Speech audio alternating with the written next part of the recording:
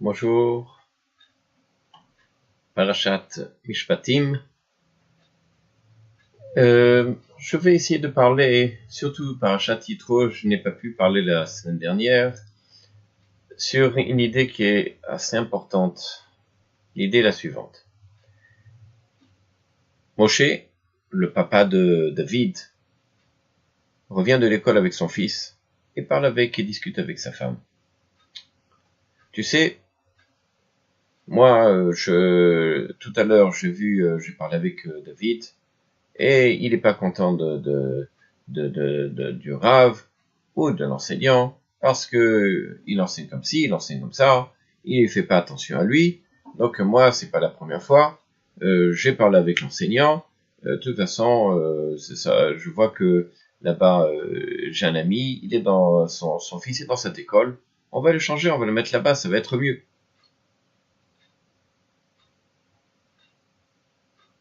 Reuven, qui vient de recevoir un cadeau pour son anniversaire, et voilà que Shimon, qui avait reçu le mois dernier aussi un cadeau pour son anniversaire, regarde Reuven avec un œil un peu envieux comme ça, en disant pourquoi Reuven, il a eu une trousse aussi grande avec des stylos, alors que la mienne, elle n'est pas si importante. Moi, je veux plus cette trousse. Je veux pas. Mon cadeau, il est nul, et j'en ai marre. Personne ne m'aime, etc., etc. Qu'est-ce qui se passe ici? Alors, la paracha, elle raconte comme ça, dans Yitro, justement, Perek Yutet, chapitre 19, Pasuk 17. Vayotse Moshe, et Am, donc il sortit vers le peuple. Likrat Elokim, Mina Machane, Vera Kadosh Mina Machane, etc. La Gemara dans Shabbat, elle rapporte la chose suivante.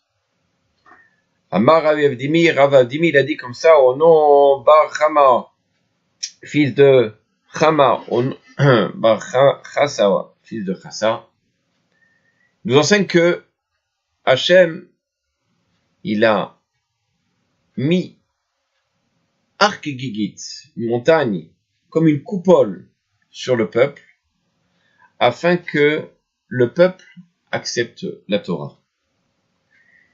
Et il leur a dit, vous acceptez impeccable, c'est bien. Bien entendu, la montagne n'a rien à faire. Elle n'a rien à faire, je la remets de côté. Vous n'acceptez pas la Torah, alors qu'est-ce qu'il a écrit? Sham tiye kvoratren. Là-bas sera votre tombe. Alors, l'Admour de Kosk, comme ça il disait les gens de Kotsk, pardon. Le Bibradrash, il parle ici sur ceux qui pensent chaque fois que Sham, là-bas, sera votre tombe. C'est pourquoi là-bas? Pourquoi ce Sham là-bas? Ici, ils étaient ici. En fait, ils expliquent comme ça, l'Admour de Kotsk, il dit comme ça, ce Sham-là, c'est pour dire qu'il y en a souvent certains qui pensent que là-bas, c'est toujours mieux.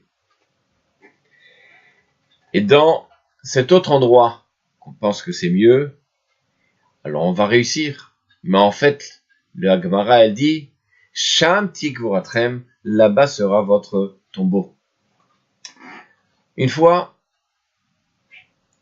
il y avait une histoire de Rabbi Hitzik de Krakow. Il avait rêvé comme ça que il y avait un trésor.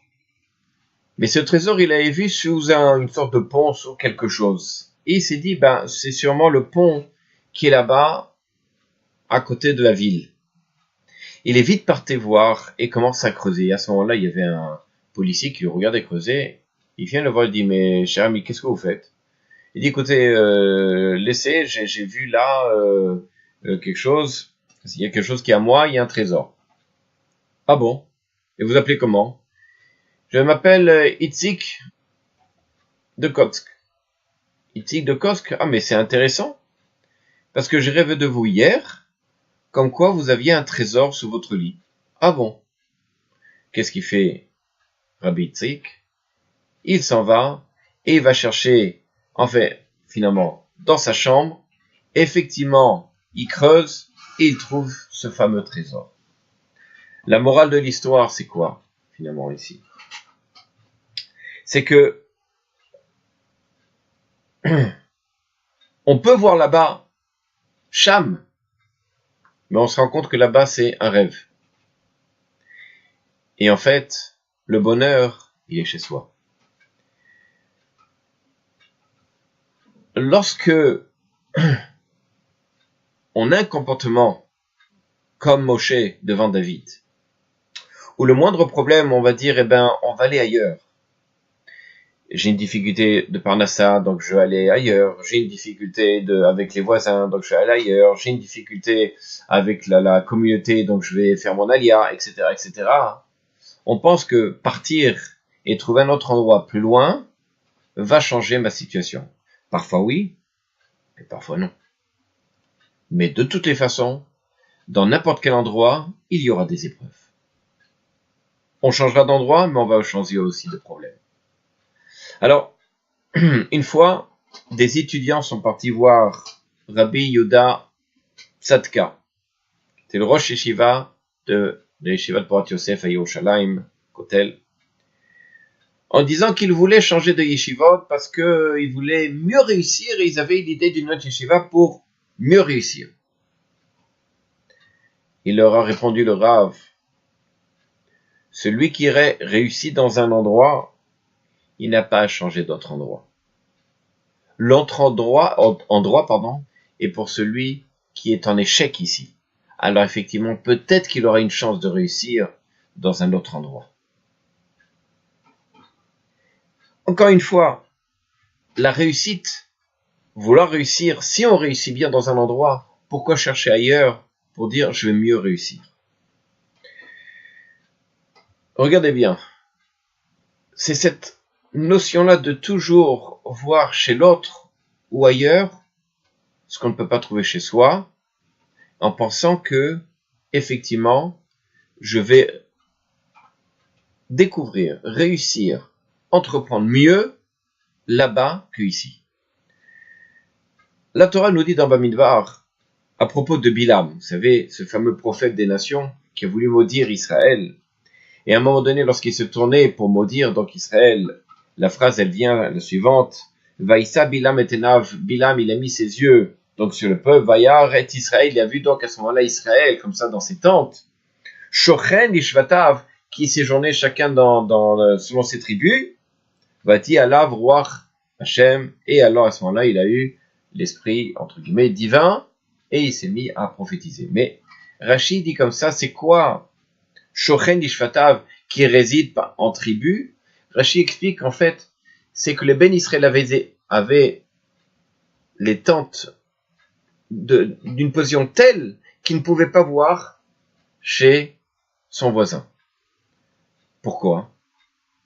On aurait pu dire, par pudeur, comme certains commentateurs nous expliquent, mais on peut aussi l'expliquer la chose suivante. C'est qu'en fait, pour éviter de voir et d'habituer l'homme à regarder chez son voisin ce qui est mieux et ce qui lui manque. Est-ce que chez mon voisin, il y a ça? Est-ce que chez mon voisin, il y a tel objet? Comment il se débrouille? Comment il fait? Et pourquoi moi, je n'arrive pas?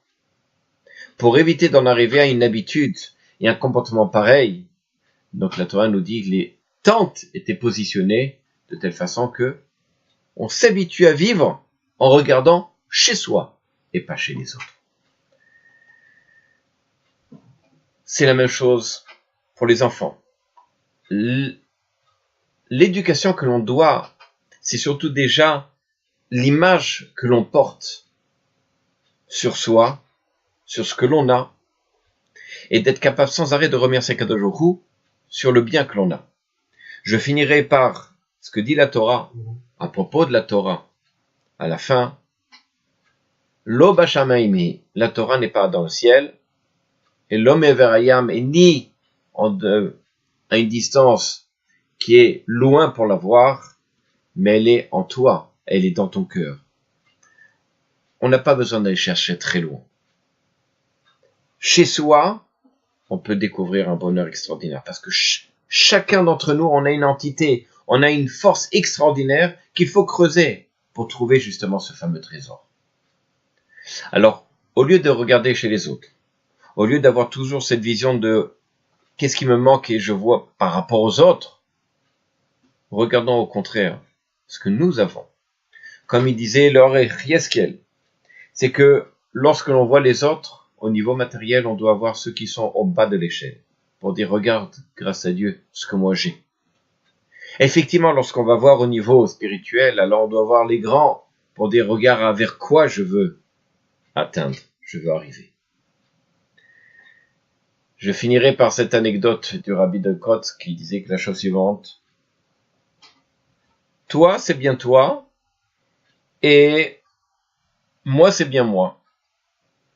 Par contre, si moi, c'est toi, et toi, c'est moi, alors ce moi, ici, n'est pas moi, et ce toi, ici, n'est pas toi. Être capable de vivre par rapport à notre entité à nous, par rapport à ce que nous a donné Akadosh Baruch Hu. Alors on arrivera à semer chez l'enfant cette envie justement d'être soi et de grandir avec ses potentialités, ses capacités et ne jamais regarder chez l'autre ce que nous n'avons pas. Mais au contraire, de remercier Akadosh Baruch Hu de tout le bien qu'il nous a donné et qu'il continue à nous donner. Shabbat shalom.